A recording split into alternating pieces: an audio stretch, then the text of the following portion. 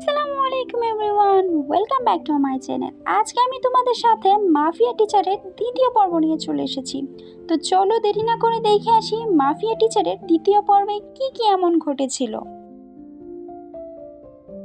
এপিসোডের শুরুতেই আমাদেরকে দেখানো হয় তুহিন তার স্টুডেন্টদেরকে নিয়ে বিলিয়ন বল খেলার জন্য গেমিং রুমের দিকে যায়। সেখানে গিয়ে তাদেরকে বিলিয়ন বল খেলার মাধ্যমে কিভাবে ম্যাচ শেখানো যায় সেটাই করছিল সে।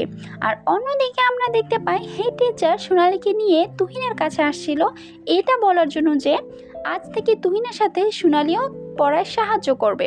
আসল উদ্দেশ্য ছিল সোনালী যেন তুহিনের উপর নজর রাখতে পারে। কিন্তু ক্লাসে এসে যখন তারা দেখতে পায় ক্লাস ফাঁকা, তখন তো তাদের দুজনেরই চোখ কপালে উঠে যায়। হেড টিচার তুহিনের কাছে গিয়ে বলে, তুহিন তুমি বাচ্চাদেরকে না পড়িয়ে এখানে এসে গেম খেলছো?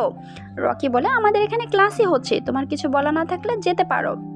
হেড টিচার বলে, এখানে কিভাবে ক্লাস হচ্ছে? তুহিন তখন সবটা স্যারকে বোঝায়। স্যার বলে, এভাবেও কি ক্লাস করা যায়? আচ্ছা যাই হোক, আজ থেকে আপনাকে সোনালী ম্যাম সাহায্য করবে, এটা বলেই চলে যায়। সোনালী তখন বলে, তোমার পড়াশোনার মেথডটা সত্যি অসাধারণ, আমি তোমাকে ভুল বুঝেছিলাম। তুহিন বলে, কি আমাকে রিজেক্ট করে এখন তোমার আফসোস হচ্ছে? তখন স্টুডেন্টদেরকে বলে, আচ্ছা আজকে এতটুকু পর্যন্তই, কালকে নতুন গেম নিয়ে চলে আসবো। পরবর্তী সিনে আমাদেরকে দেখানো হয় তুহিন স্টুডেন্টদের জন্য অপেক্ষা করছিল ক্লাসে। স্টুডেন্টরা এসে পড়লে তুহিন বলে, আজকে আমরা নতুন গেম মজো খেলবো, তোমরা কেমিস্ট্রির পর্যায় সারণীটা সবাই ভালো করে পড়েছো তো? তখন তারা বলে, আমরা তো মজো খেলায় খুবই এক্সপার্ট। তখন তারা যখন মজো খেলার কোডটা দেখে, এটা দেখে বলে, এইটা আবার কোন ধরনের মজা? তুহিন তখন বলে, এটা হচ্ছে কেমিস্ট্রি মজো, আমরা আজ কেমিস্ট্রির সাহায্যে কিভাবে মৌল একটা যৌগে পরিণত হতে পারে সেটা শিখবো। সবকিছু বুঝিয়ে দিলে তারা অনেক খুশি মনে মজো খেলতে শুরু করে দেয়। স্কুলে শিক্ষা ব্যবস্থা পর্যবেক্ষণ করতে কিছু পরিদর্শক আসে। তখন হেড টিচারকে বলে, আচ্ছা এই ক্লাসে তো হইচই হচ্ছে কিসের জন্য? হেড টিচার বলে, এরা এরকমই।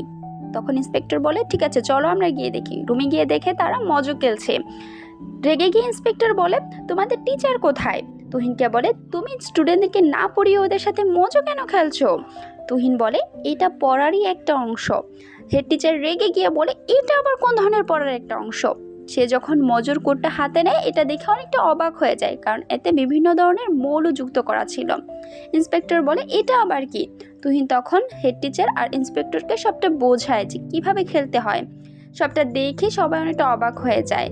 তখন বিজয় বোঝায় যে কিভাবে একটা মৌল অন্য একটা মৌলের সাথে যুক্ত হয়ে যৌগ পরিণত হয়। পরের শ্রেণী আমাদের দেখানো হয় তুহিন আর সোনালী রাস্তা দিয়ে হাঁটার সময় রাস্তার পাশে নীরাকে গান গাইতে দেখতে পায়। নীরা গান শেষ করে দাঁড়িয়ে দেখে সোনালী আর তুহিন সেখানে দাঁড়িয়ে আছে। সে বলে, স্যার ম্যাম আপনারা দুজন এখানে কেন? সোনালী বলে, আমরা কাজের জন্য এখানে এসেছি। নীরা তখন ভয় পেতে পেতে বলে, আমার এই গান গাওয়ার বিষয়টা আমার বাবাকে প্লিজ বলবেন না, আমার বাবা চায় না আমি পপ গান গাই, সে চায় আমি যেন ক্লাসিক্যাল গান গাই। তুহিন বলে, ঠিক আছে আমি বলবো না, কিন্তু সোনালী ম্যামও আমার মনে হয় বলবে না, তুমি তাকে ধন্যবাদ জানাও। নীরা তখন বলে, ধন্যবাদ ম্যাম। তুহিন তখন তার কাছ থেকে মাইকটা নিয়ে বলে, আমি গান গাইব আর তুমি গিটার বাজাবে। তারপর তুহিন আর নীরা মিলে একটা গান গায়। গান গাওয়া শেষ হলে তুহিন চলে আসে। তখনই সেখানে নীরার বাবা চলে আসে। নীরার বাবা তো এসে প্রচণ্ড রেগে যায় নীরার উপর। সে তাকে ঠাস ঠাস দুটো থাপ্পড় মেরে দিয়ে বলে, তুমি এই গানের মধ্যে কি পেয়েছো? আজ তোমার এই গিটার আমি ভেঙে ফেলবো। এটা বলেই গিটারটা ভেঙে নেবে। তখনই তুহিন হাত দিয়ে বলে, গিটার আপনি ভাঙতে পারবেন না, আমি হচ্ছি তুহিন আর ক্লাস টিচার। নীরার বাবা তখন বলে, তাহলে তো আপনার উচিত আমাকে সাহায্য করে তাকে ডিসিপ্লিন শেখানোর জন্য। তুহিন বলে, আমার নীরার উপর বিশ্বাস আছে, আমি জানি সে পারবে। নীরা তখন তার বাবার উপর রাগ দেখিয়ে বলে, এটা আমার একটা স্বপ্ন বাবা। নীরার বাবা বলে, এইসব বাজে স্বপ্ন তুমি বাদ দাও, আর এই টিচার তুমি এসব কেন করছো? আমি নীরার স্বপ্নকে সাপোর্ট করছি। যার বাবা রেগে গিয়ে বলে, আমি তো তোমাকে দেখে নেব। এটা বলেই সেখান থেকে চলে আসে। পরবর্তীতেই তিনি স্কুলে চলে আসে। হেড টিচারকে এসে অনেক গালাগালি করতে শুরু করে দেয়, বলে যে তুহিনকে এক্ষুনি বরখাস্ত করে দাও। তুহিন ক্লাস নিচ্ছিল, সেখানে হেড টিচার গিয়ে বলে, আপনারা একটু প্লিজ অফিসে চলে আসেন। তখন তারা অফিসে চলে যায়। এইদিকে নীরা তখন সবাইকে বলে, আমার বাবা মনে হয় অনেক সমস্যা সৃষ্টি করছে, তাকে মনে হয় ফায়ার করে দেবে, চলো আমরা এখনই সবাই যাই। এদিকে নীরার বাবা আর হেড টিচার মিলে তুহিনকে অনেক ঝাড়ি দিচ্ছিল, তাকে ফায়ার করার কথা বলছিল। তখনই সেখানে স্টুডেন্টরা সবাই চলে আসে। সবাই এসে বলে, আমাদের স্যারকে ফায়ার করবেন না, উনি একমাত্র লোক যে আমার স্বপ্নকে সাপোর্ট করছে, ওনাকে যদি বরখাস্ত করো তাহলে আমিও আর কখনো স্কুলে আসবো না। নীরার বাবা রেগে গিয়ে বলে, তোমার সাহস কি করে হয় আমার মুখের উপর কথা বলার? তুহিন তখন বলে, আমি নীরার উপর বিশ্বাস করি। আপনি একবার নীরার পিয়ানো বাজানোটা দেখেন, যদি আপনার মনে হয় যে নীরা কখনোই তার স্বপ্ন সত্যি করতে পারবে না, তাহলে আপনি যে শাস্তি আমাকে দেবেন আমি সেটাই মাথা পেতে নেব। নীরার বাবা বলে, তোমাকে স্কুল থেকে চলে যেতে হবে। তুহিন বলে, ঠিক আছে, আমি রাজি আছি। তারপর নীরা পিয়ানো বাজাতে শুরু করে, কিন্তু প্রথম দিকে নীরা ভয়ে পিয়ানোটা ঠিক মতন বাজাতে পারছিল না। তুহিন তাকে ভরসা দেয়। তুহিন বলে, আমি জানি তুমি পারবে, মনটাকে শান্ত রেখে তারপর বাজাতে শুরু করো, মনে করো তুমি প্র্যাকটিস করছো। নীরা তখন সাহস নিয়ে পিয়ানো বাজাতে শুরু করে দেয়। তার পিয়ানো বাজানো দেখে তার বাবা হয়ে যায়, এমনকি স্কুলের সবাই অনেকটা অবাক হয়ে যায়। নীরার বাবা বলে, তুমি তো খুব অসাধারণ পিয়ানো বাজাও। এখানে থেকে মাথা নিচু করে চলে আসে। এইদিকে নীরার বাবাকে তুহিন নিয়ে আসে রাস্তার পাশে নীরা গান শোনার জন্য। নীরার বাবা নীরার গান শুনে অনেকটা মুগ্ধ হয়ে যায়। নীরার গান গাওয়া দেখে নীরার বাবা তার নিজের ভুল বুঝতে পারে। তারপর সে নীরার সাথে বসে নীরাকে বলে, আমি তোমার স্বপ্নকে কখনোই গুরুত্ব দেইনি, কিন্তু আজ থেকে তুমি তোমার স্বপ্নের দিকে এগিয়ে যাবে। মনে রাখবে, তোমার পেছনে তোমার বাবা সবসময় তোমাকে সাপোর্ট করবে। নীরা তখন আবেগে আপ্লুত হয়ে তার বাবাকে জড়িয়ে ধরে। পরবর্তী সিনে আমরা দেখতে পাই তুহিন তাদের সবার মক টেস্ট এক্সাম নেয়। সেখানে সবারই ইংরাজি প্রচণ্ড খারাপ ছিল, তাই তুহিন সবাইকে একটা নোটবুক দিয়ে বলে, এটা থেকে তোমরা সবাই নিজেদের ইংরেজি ইমপ্রুভ করে আসবে। সামনের সপ্তাহে তোমাদের মান্থলি এক্সাম হবে। এইদিকে বিজয় বাসায় ফিরে পড়াশোনার চিন্তায় দ্রুত রুমে চলে যায়। তার বাবা এটা দেখে অনেকটা অবাক হয়ে যায়। যেই ছেলে রাত 10টার আগে বাসায় ফিরে না, সেই ছেলে আজ এত আগে বাসায় চলে এসেছে। তো বিষয়টাই যেন বুঝতে পারছে না, তাই সে বিজয়ের রুমে গিয়ে উকি দিয়ে দেখে যেন নিজেকে বিশ্বাস করতে পারছে না। দৌড়ে নিচে এসে বিজয়ের মা আর অ্যানিকে তার রুমের কাছে নিয়ে আসে। তারাও যেন দেখে বিষয়টা অনেকটা অবাক হয়ে যায় যে বিজয় পড়তে বসেছে।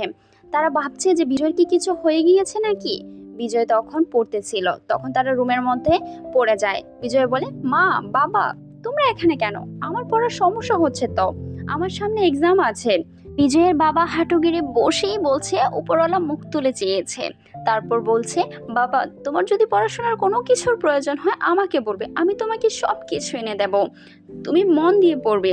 বিজয় বলে, বাবা, এখন তোমরা যাও তো, আমাকে অনেক পড়তে হবে। এটা বলেই তাদেরকে রুম থেকে বের করে দিয়ে সে আবার নিজের পড়ায় মনোযোগী হয়।